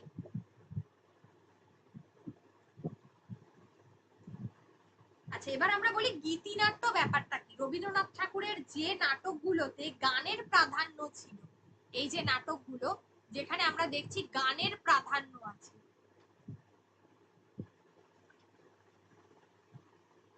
তাকে আমরা বলে থাকি গীতিনাট্য। যার মধ্যে সব থেকে উল্লেখযোগ্য বাল্মীকি প্রতিভা, কালমৃগয়া, মায়ার খেলা। বাল্মীকি প্রতিভা, কালমৃগয়া আর মায়ার খেলা সব থেকে গুরুত্বপূর্ণ। আর কাব্যনাট্য মানে যে নাটকের মধ্যে তার কাব্য ধর্মের প্রাধান্য প্রতিষ্ঠা হয়েছে, মানে কবিতার ধর্মগুলো কাব্য ধর্ম, কাব্য ধর্মের প্রাধান্য পরিলক্ষিত হয়, সেটাকে আমরা বলে থাকি কাব্যনাট্য। যেমন আমরা বলতে পারি প্রকৃতির প্রতিশোধ, এটা কাব্যনাট্য। নেক্সট ওয়ান হচ্ছে কাব্যনাট্য রুদ্রচন্ড, রুদ্রচন্ডটা, হ্যাঁ এটা কাব্যনাট্য। রাজা রানী, বিসর্জন, চিত্রাঙ্গদা, মালিনী, এই যে মালিনী, এটা মালিনী হবে, হ্যাঁ মালিনী। এইগুলো কিন্তু সবগুলোই হচ্ছে, এগুলো হচ্ছে তোমার কাব্যনাট্য।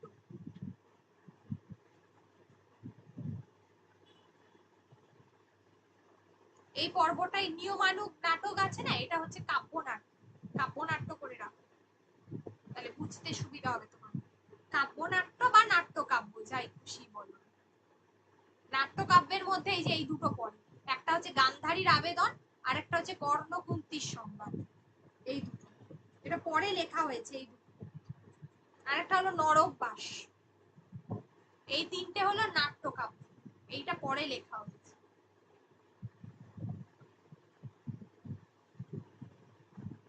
এই অবধি কারোর বুঝতে অসুবিধা আছে? আমি ডিটেলে আস্তে আস্তে আলোচনা করছি। আগে বলো এই অবধি কারোর বুঝতে অসুবিধা হচ্ছে কিনা, কোনো সাল নিয়ে কারোর কোনো কনফিউশন আছে কিনা, তাহলে বলো। এই যে যুগগুলো ভাগ করলেন, যে এটা 1881 থেকে 88 আর 89 থেকে 96, হ্যাঁ ওটা বুঝতে পারলাম না যে রুদ্রচন্দ্রটা 81 লেখা। হ্যাঁ, প্রথম যে বললাম ভাগটা 1881 থেকে 88 সালের মধ্যে ওই গীতি নাট্যগুলো উনি লিখেছেন, আর পরেরটা 1889 থেকে 96 সালের মধ্যে তিনি ওই কাব্যনাট্য বা নাট্যকাব্যগুলো লিখেছেন। এবার বোঝাতে পারলাম?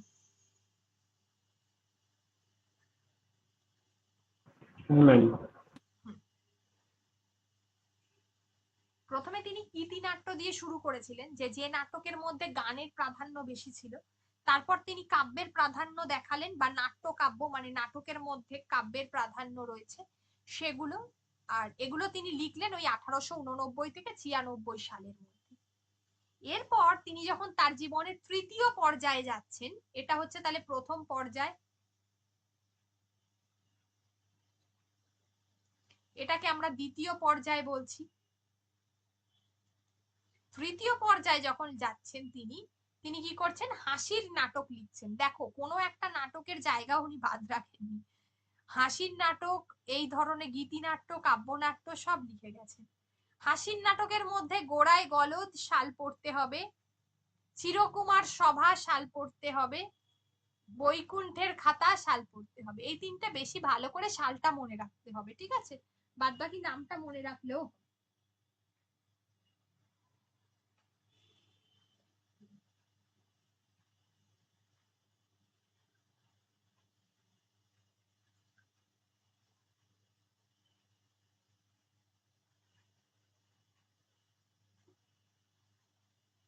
তাহলে এইগুলো হলো হাসির নাটক।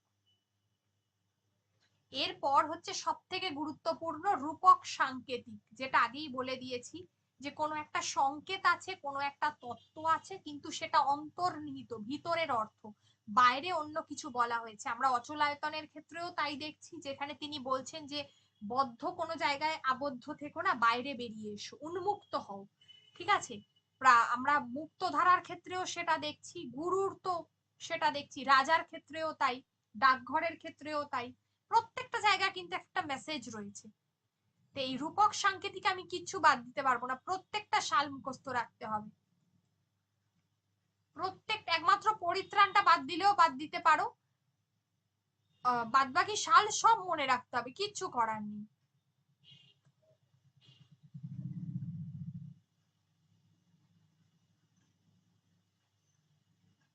এক্ষেত্রে সব কটা সাল মনে রাখতে হবে। আচ্ছা, অরূপ রতন যেটা, এটা হচ্ছে তোমার রাজা নাটকের নতুন রূপ। অরূপ রতন যেটা হলো রাজা নাটকের নবরূপ। রাজা নাটকের নবরূপ হচ্ছে অরূপ রতন। ওকে, আর গুরু হলো অচলায়তনের সংক্ষিপ্ত রূপ। গুরু হচ্ছে অচলায়তনের সংক্ষিপ্ত রূপ।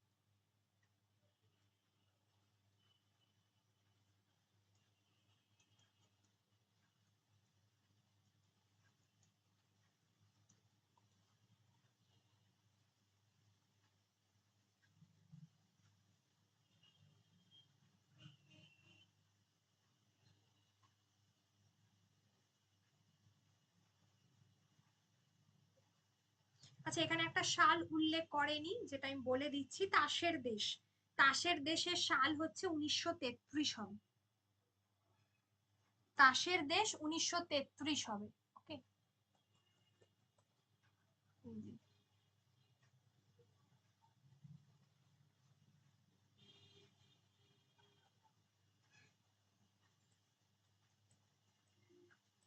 তোমাদের অত ডিটেলে আসে না, কিন্তু এখন তো আসছে কিছু কিছু জায়গা থেকে, আমি করিয়ে রাখবো যতটা সম্ভব। ডাকঘর যেগুলো যেগুলো সাল বললাম ভালো করে করবে, প্রত্যেকটা, এখানে কিচ্ছু বাদ দিতে পারবো না। আচ্ছা, প্রায়শ্চিত্ত। প্রায়শ্চিত্ত, প্রায়শ্চিত্ত নাটকটা বউ ঠাকুরানীর হাট থেকে নেওয়া হয়েছে। প্রায়শ্চিত্ত নাটকটা বউ ঠাকুরানীর হাট থেকে নেওয়া হয়েছে। উপন্যাস বউ ঠাকুরানীর হাট। দেখো প্রায়শ্চিত্ত কোথায় আছে দেখি, দেখলাম না। প্রায়শ্চিত্তের পরের অংশটা হচ্ছে তোমার এই যে প্রায়শ্চিত্ত, বউ ঠাকুরানীর হাট।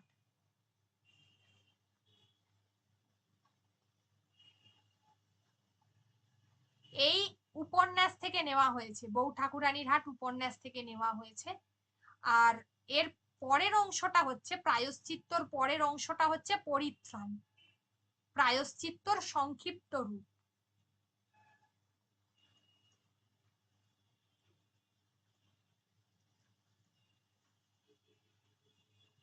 প্রায়শ্চিত্তের সংক্ষিপ্ত রূপ হচ্ছে পরিত্রাণ। ঠিক আছে।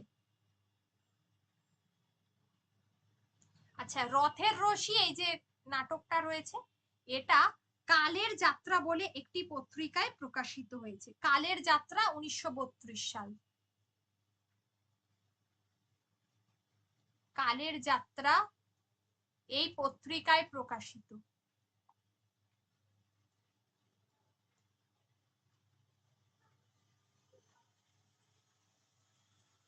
1932 সালে।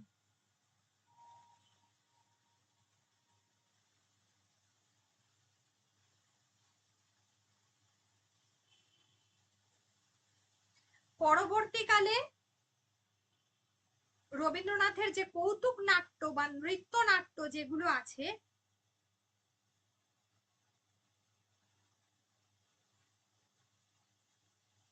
যেমন এখানে দেখো গৃহপ্রবেশ, এই যে নাটকটা রয়েছে গৃহপ্রবেশ, এই গৃহপ্রবেশ নাটকের পরিবর্তিত রূপ হচ্ছে শেষের রাত্রি। এই গৃহপ্রবেশ নাটকের পরিবর্তিত রূপ হচ্ছে শেষের রাত্রি। এই শেষের রাত্রি হচ্ছে একটা সামাজিক নাটক। তাহলে গৃহপ্রবেশের পরে লেখা হয়েছে শেষের রাত্রি। শেষের রাত্রি সালটা বলে দিচ্ছি, সালটা হলো 1925। সাল হচ্ছে 1925। ওকে,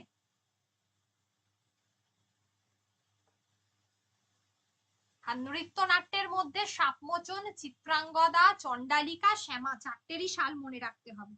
নৃত্যনাট্যের মধ্যে সাপমোচন, চিত্রাঙ্গদা, চণ্ডালিকা, শ্যামা এই চারটেই মনে রাখতে হবে।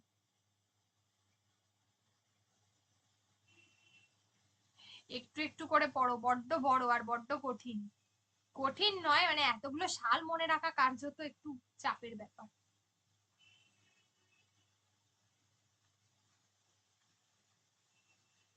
কোনটা কি ধরনের নাটক সেইটা, যেমন এখানে শোধবোধ আর এই যে বাঁশরি, এই যে শোধবোধ, এটা কিন্তু সামাজিক নাটক। হ্যাঁ,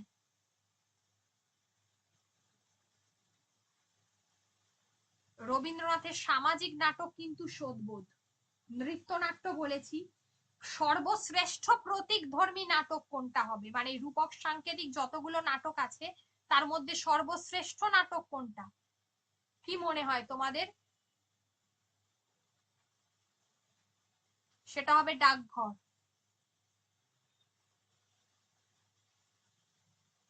সর্বশ্রেষ্ঠ প্রতীক ধর্মী নাটক ডাকঘর। আচ্ছা, রাজা ও রানী একটা নাটক দেখলাম, রাজা ও রানী, এই যে এই নাটকটা, যেটা নিয়মানুগ নাটকের মধ্যে পড়ে, এই বা কাব্যনাট্য অংশ আছে। এই তোমার কি বলে, নিয়মানুগ যে নাটক এই রাজা ও রানী, এর একটা নাম আছে, পরবর্তীকালের নাম হয়েছিল তপতি। এটাকে আমরা বলে থাকি, রবি কবিগুরু যে ভাষায় বলে গেছেন সেটা হচ্ছে তার পরিবর্তিত সংস্করণ। পরবর্তীতে নাম চেঞ্জ হয়েছিল, যেটা হচ্ছে মানে একটা বেরিয়েছিল, সেটা হলো তপতি। তপতি 1929। 1929 তপতি।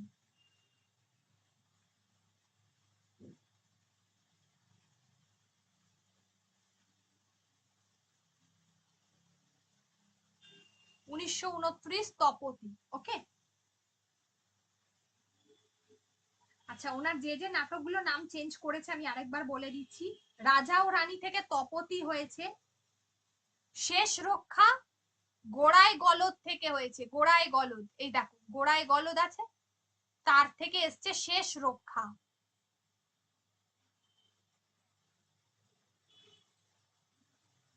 শেষ রক্ষা হয়েছে গোড়ায় গলদ। ওকে,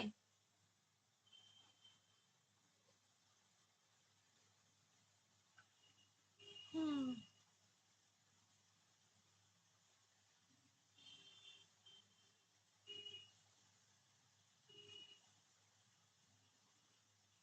আচ্ছা,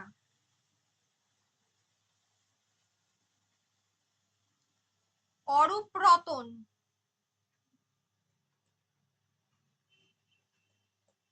অরূপ রতন যেটা হচ্ছে রাজা নাটকের নবতর রূপ, বলে দিয়েছি আগেই, অরূপ রতন। আর অচলায়তন থেকে গুরু এসেছে, অচলায়তন থেকে গুরু এসেছে, ঠিক আছে। এই বাঁশরি দেখছো, বাঁশরি হচ্ছে সামাজিক নাটক।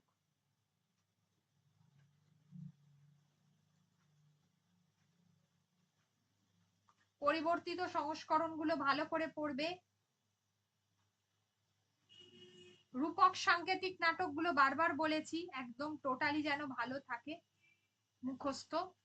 বউ ঠাকুরানীর হাট অবলম্বনে হচ্ছে তোমার প্রায়শ্চিত্ত, নাটকটির প্রকাশকাল 1909। বউ ঠাকুরানীর হাট থেকে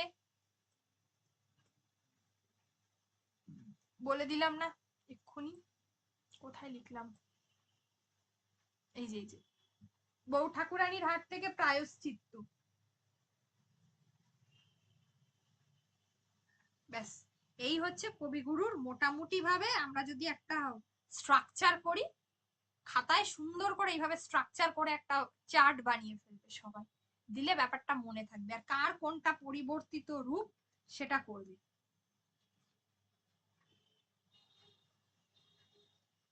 আচ্ছা, প্রথম পূর্ণাঙ্গ নাটক যদি বলে, রবীন্দ্রনাথ ঠাকুরের প্রথম পূর্ণাঙ্গ নাটক সেটা হচ্ছে রাজা ও রানী। রাজা ও রানী হচ্ছে প্রথম পূর্ণাঙ্গ নাটক। ওকে, রাজা ও রানী,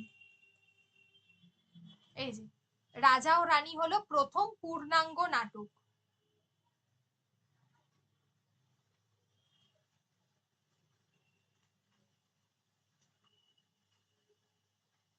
আচ্ছা, বিসর্জন যে নাটকটা আমরা দেখেছি, প্রায়শ্চিত্ততে এসছে বউ ঠাকুরানীর হাট থেকে, ঠিক আছে? বউ ঠাকুরানীর হাট একটা উপন্যাস রবীন্দ্রনাথ ঠাকুরের, আমরা যখন উপন্যাস পড়বো আবার বলবো। বিসর্জন আমরা দেখলাম, এই যে দেখো 1890-তে বিসর্জন, এই নাটকটা এসেছে ওনার রাজর্ষি থেকে, রাজর্ষি উপন্যাস। সেকেন্ড যে উপন্যাসটা ছিল রাজর্ষি, রাজর্ষি উপন্যাসের এটা নাট্যরূপ, রাজর্ষি উপন্যাসের নাট্যরূপ। মাথায় ঢুকছে তো সবার? গুলিয়ে যাচ্ছে না তো?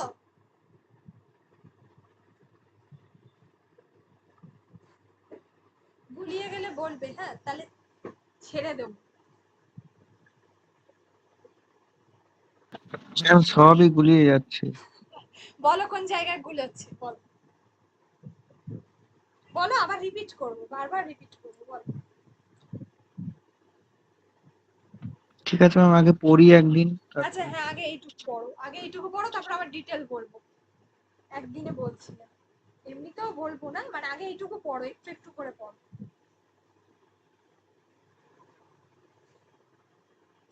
আমি নোটটা দিয়ে দিচ্ছি, মানে এই চার্টটা দিয়ে দিচ্ছি তোমাদের আজকে, তাহলে সুবিধা হবে।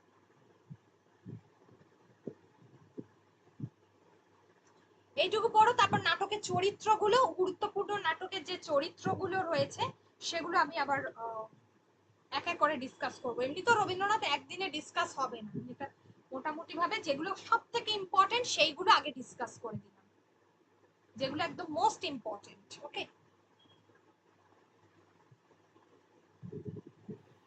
ম্যাম, হ্যাঁ বলো। ম্যাম বলছি যে রক্তকরবী, হুম, ওটাও রূপক সাংকেতিক নাটক তো? হ্যাঁ, রক্তকরবীরও তো আগে একটা নাম ছিল, রক্তকরবীর। হ্যাঁ, আমি ওটাই বলছি, ওটা তো আমি বললেন না। হ্যাঁ হ্যাঁ, রক্তকরবীর বারবার নাম চেঞ্জ হয়েছে। রক্তকরবীর একবার নাম ছিল বোধহয় নন্দিনী, এরকমও নাম এসেছিল রক্তকরবীর। ম্যাম, মোট পাঁচবার নাম চেঞ্জ হয়েছিল। একবার যক্ষপুরী, এরকম টাইপের অনেক নাম ছিল, ওটা একটু বলে দেবেন। হ্যাঁ, হ্যাঁ হ্যাঁ, হুম হুম। বলে দেবো বলে দেবো। আর ম্যাম বলছি যে এই মানে সালগুলো মনে রাখার কোনো শর্ট ট্রিক্স আছে? এই সাল মনে থাকে না। একদমই তাই, শালগুলো যেটা হয় শর্ট ট্রিক্স ওইভাবে বলবো না, মানে শর্ট ট্রিক্স কাজ করতে হবে যে পরপর সাজিয়ে নিতে হবে, আর বারবার পড়তে হবে, আর লিখে লিখে প্র্যাকটিস করতে হবে, একদিনে হবে না,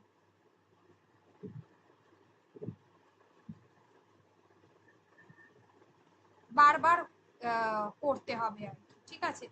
রক্তকরণী, তোমার কি বলে, সরি, নাম, এই এগুলো আর কি, শালগুলো, এবং লিখতে হবে বারবার, একদিনে পড়লে হবে না।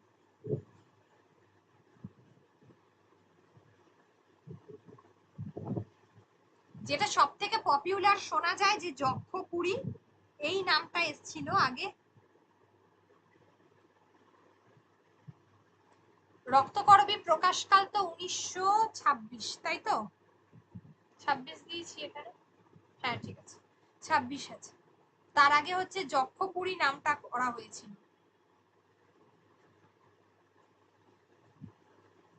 নন্দিনী নামটাও করা হয়েছিল।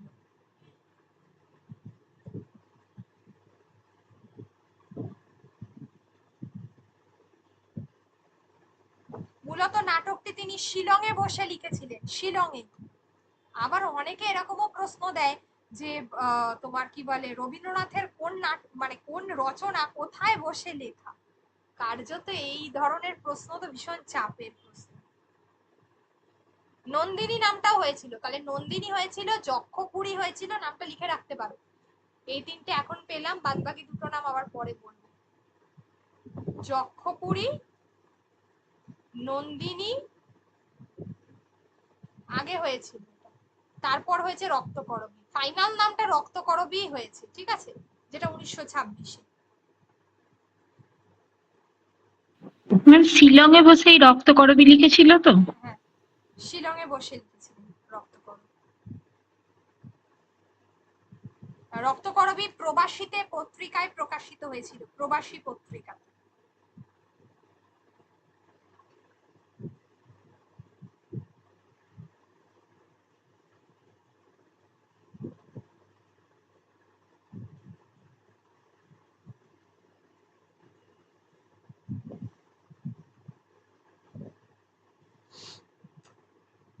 ম্যাম 1926 হবে কি? হ্যাঁ বলো। ম্যাম রক্তকরবী প্রকাশিত হয় 1926 কি? দাঁড়াও, শোনা যাচ্ছে, কি বলছো? বললাম যে ওই যে রক্তকরবী নাটকটি প্রকাশিত হয় 1926 খ্রিস্টাব্দে। হ্যাঁ 26-এ প্রকাশিত। আমি কোথায় যেন যে 1924। না না না 24 না, আমি দু তিন জায়গা, মানে দু তিন জায়গা না, অধিকাংশ জায়গাতেই সেটাই পেয়েছি যে 26ই হবে। হ্যাঁ ঠিক। 26 করবে। আর বললাম প্রবাসী পত্রিকায় প্রকাশিত হয়, লিখে রেখে দাও। আর আগে দুটো নাম ছিল, একটা হচ্ছে যক্ষপুরী একবার নাম দেওয়া হয়েছিল, আরেকবার হচ্ছে নন্দিনী। দুটো নাম লিখে রেখে দাও, তারপর পরেরটা দেখছি।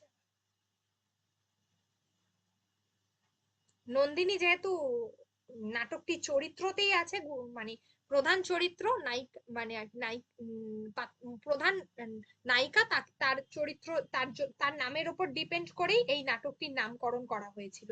নায়িক তোমার রক্তকরবী আর কি, নন্দিনী, ঠিক আছে, এই নামটা এসেছিল। কিন্তু পরবর্তীকালে সেই নামটাও আবার চেঞ্জ করে দেওয়া হয়, দিয়ে রক্তকরবী রাখা হয়।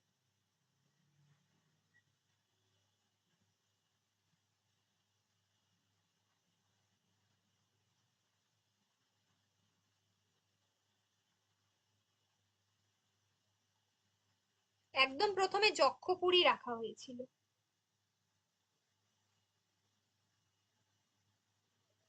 1331 বঙ্গাব্দে প্রকাশিত, মানে ওই রক্তকরবী, যেটা হচ্ছে 1926-এ।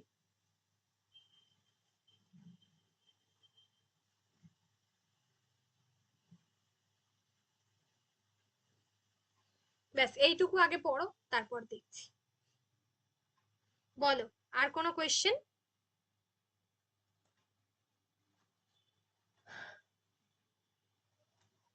নেক্সট দিনকে আমরা সন্ধিটা পড়বো, আর পিএসসি থেকে আমার কৈফিয়তটা পড়বো।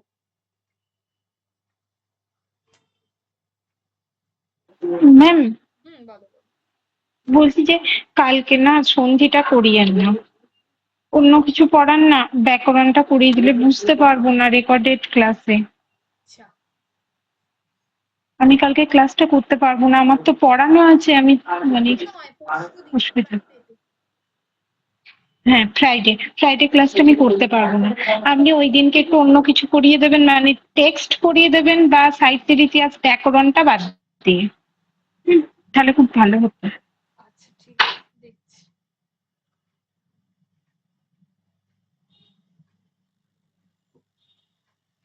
ষড়সন্ধিটা যেহেতু হয়ে গেছে, আমি চেষ্টা করছি আজকে প্রশ্নগুলো দিয়ে দেওয়ার, আজ বা কালই। ওই প্রশ্নগুলো তোমরা প্র্যাকটিস করে রাখবে, আমি উত্তর বলে দেবো। ওটা তো পড়িয়ে দিয়েছি, ওটা নিয়ে আলোচনা করলে তো আশা করি কোনো সমস্যা নেই।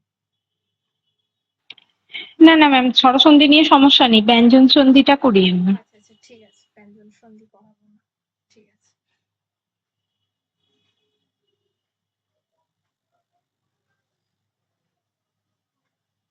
ঠিক আছে, আর কারোর কোনো প্রশ্ন নেই তো? তাহলে আজকে ক্লাস এখানেই ওভার।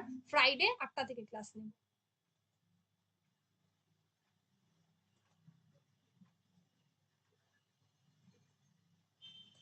সালগুলো লিখে লিখে প্র্যাকটিস করো প্রত্যেকে। অনেক সাল, এরকম প্রচুর এবার আসবে।